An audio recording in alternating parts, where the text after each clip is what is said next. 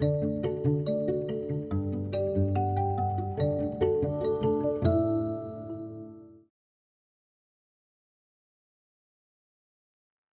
everyone, welcome back. Thank you for joining us in this session of Spokane Public Schools Keeps Learning series for mathematics. Today's lesson is for students in grade 3, but all of you are welcome to join. This is the second in our series about tangrams. My name is Kelsey Shadow and I'm a third grade teacher at Cooper Elementary in Spokane Public Schools, and I will be your teacher for this lesson. I'm so glad you are participating with me today. If you didn't have a chance to see the previous lesson, you're more than welcome to view them on KSPS or the SPS YouTube channel. Sometimes it is helpful to go back and watch the other lessons in our series so you can continue to build on your understanding of mathematics that we will be doing together. Today we're going to continue our learning around geometry and tangrams.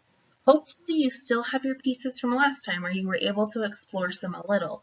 If not, the puzzle here below, made up of those 7 pieces, you'll see a total of 5 triangles and a square and a parallelogram is what we're going to be working with today. If you still have your pieces, go grab them. If you don't, that's okay. You can follow along just with listening or go and explore how to make tangrams yourself, either on the computer or using paper and pencil. Let's get started. So on this website called Toy Theater, this is a spot where you can explore other different shapes that are using those 7 tangram pieces. Now here I have a triangle. I have triangle 1, triangle 2, triangle 3, triangle 5, triangle 6, square 4, parallelogram 7. Now here I have all of those pieces. Now if I wanted to just create with them, I could just create using these pieces. Now maybe you don't want to just create with these pieces, but you want help making other shapes. So if I wanted help making other shapes, I'm going to hit that arrow and I'm going to explore, maybe I want to make this airplane.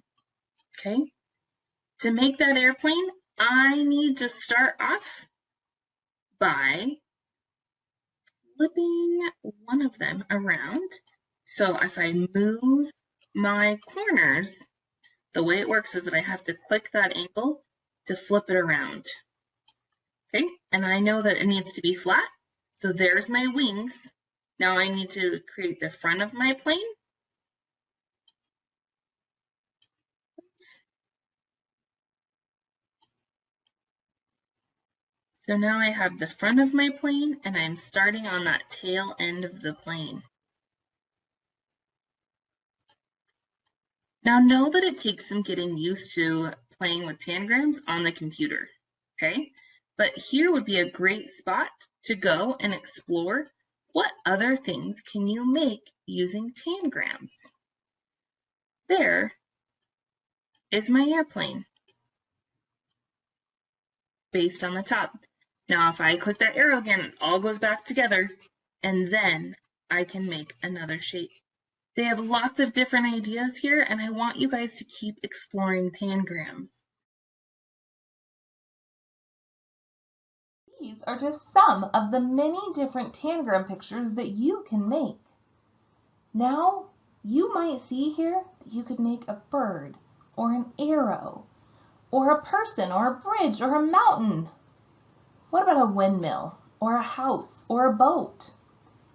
I want you to spend some time today exploring what all can you make with these 7 simple pieces of a tangram puzzle. Now, some of you, I'm sure, got a little bit frustrated with creating these shapes.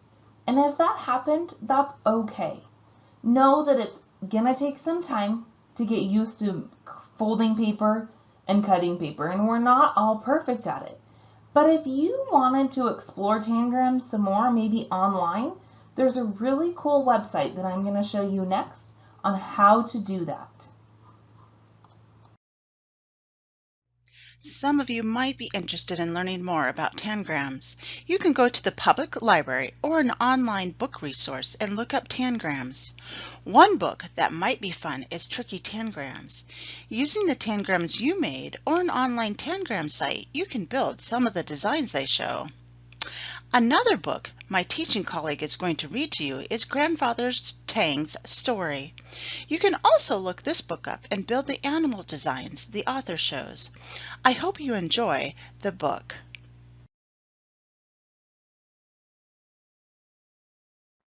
Hi everyone, it's Mrs. Cornell and I'm going to read you a story today. So I hope that you have your Tangram pieces to go with our story, Grandfather Tang's Story. It's a tale told with Tangrams by Anne Tompert. Before I begin, I'm going to read you what it says in the back about Tangrams. Tangrams are ancient Chinese puzzles that are still used today by adults as well as children. A tangram begins with a square, which is then cut into 7 standard pieces. Each piece is called a tan. In creating a picture, all 7 tans must be used. They must touch, but none may overlap. When tangrams are used in storytelling, the storyteller arranges the tans to show the shape of a character in the tale. As new characters or story elements are introduced, the puzzle pieces are rearranged to represent the new character or new element. You might try telling some of your own stories with your own tangram pieces. The fox fairies in Grandfather Tang's Story are an integral part of Chinese folklore. They are believed to be endowed with supernatural powers of transformation. Fox fairies are said to live for 800 to 1,000 years. Anne Tompert became interested in tangrams when she saw some books about these Chinese puzzles in a catalog. She sent away for the books and became so intrigued by the challenges of the puzzles that she began making up her own tangrams and stories about them. So here is Grandfather Tang's Story by Anne Tompert and illustrated by Robert Andrew Parker. I hope you enjoy this story. Grandfather Tang and little Sue were sitting under a peach tree in their backyard. They were amusing each other by making different shapes with their tangram puzzles. Let's do a story about the fox fairies, said little Sue. So Grandfather Tang arranged his 7 tangram pieces into the shape of a fox. Then Grandfather Tang made another fox with little Sue's 7 tangram pieces. Little Sue clapped her hands as her grandfather began. There's the 2 different foxes that Grandfather made with the tangram pieces. Let's begin our story. Although Chu and Wu Ling were best friends, they were always trying to outdo each other. One day, this rivalry almost brought their friendship to a tragic end. They were sitting under their favorite willow tree beside a river, talking about their magic powers. I can change myself into a rabbit as quick as a wink, boasted Wu Ling. I'll bet you can't do that. I can too, said Chu. Cannot, said Wu Ling. Anyway, actions speak louder than words, and he changed himself into a rabbit. Not bad, said Chu, smoothing his whiskers, but watch me do better than that. And before Wu Ling could blink, Chu changed from a fox into a dog.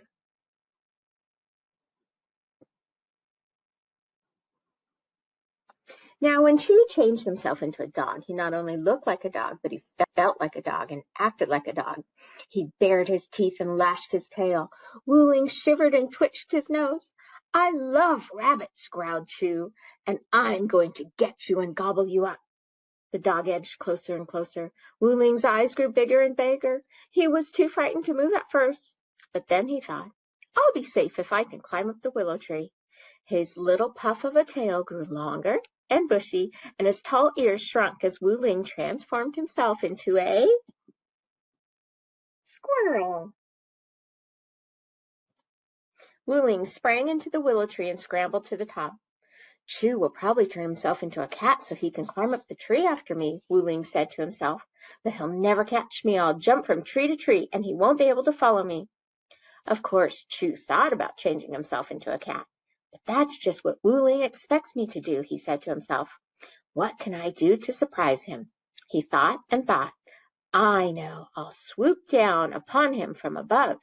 And he turned himself into a, going to make a prediction, hawk. Chu circled round and round in the sky above the willow tree, searching for Wu Ling. Wuling peered through the leaves of the tree, looking for Chu on the ground. Round and round, Chu circled the willow tree until he spied Wuling. Kick, kick, kick, he shrieked as he zoomed down upon the squirrel. Wuling trembled. Chu's beak looked sharp enough to pierce right through him. If only I lived in a shell house, he thought. Then Chu couldn't hurt me. Chu stuck out his fierce claws to seize Wuling, but Wuling dove toward the river below the willow tree, and as he dove, he tucked in his head and tail and legs, turned green, and changed into make a prediction, turtle. Wuling climbed up on a mossy rock in the middle of the river. He thought he was safe because he looked as if he were part of the rock. Chu circled round and round, searching and searching until his sharp eyes spotted the turtle. Then he swooped down, down, down toward him.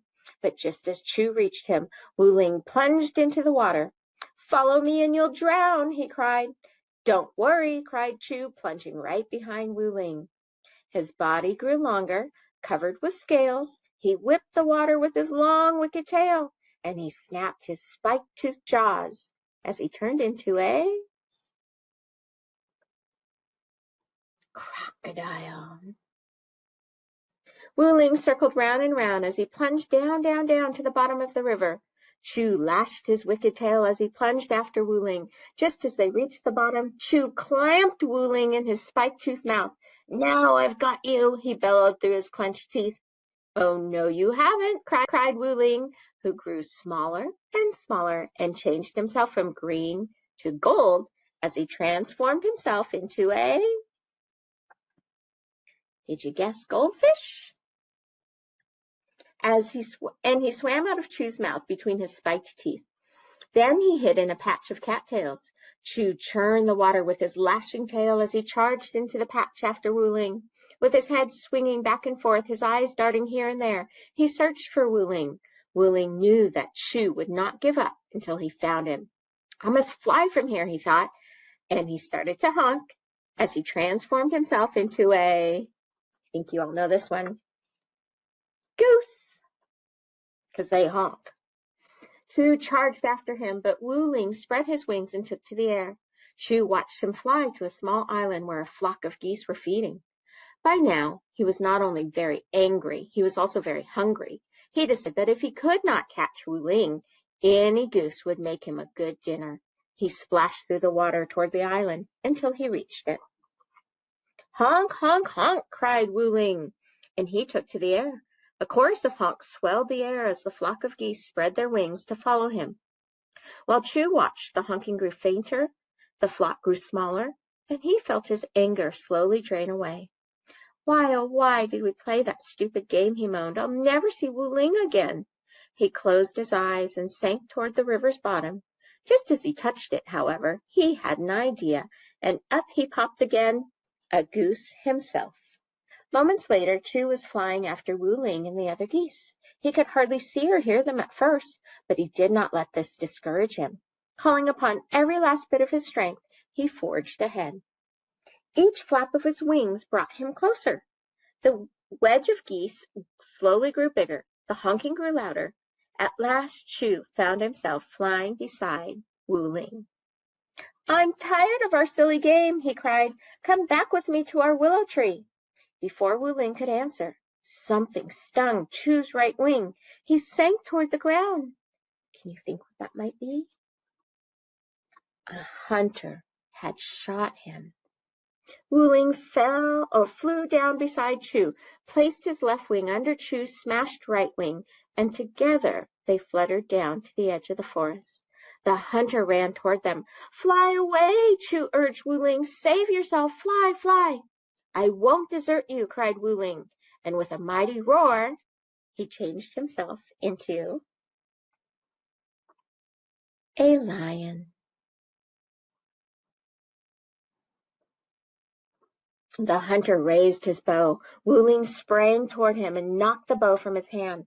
The hunter fled, leaving his bow behind. Wuling and Chu returned to their fox shapes, and Wuling helped Chu to his den, where he took care of him until he was mended. Back to Grandfather and Little Sue. Did they ever play that game again? Asked Little Sue. Many times, said her grandfather, but they were very, very careful. That was a good story, said Little Sue. Let's do another. Grandfather arranged his 7 tangram pieces. Is this story going to be about a man? Asked Little Sue. Yes, said her grandfather. He's old and he's tired. He wants to sit under a tree and rest a while. Is he a grandfather like you? Asked Little Sue. Yes, said her grandfather, just like me. Little Sue arranged her 7 pieces of her tangram beside her grandfather's. Is that a little girl? He asked. Yes, said Little Sue, just like me. She'll sit and rest beside the man. That will make him very happy, said Grandfather Tang. And now, Little Sue, what will we do?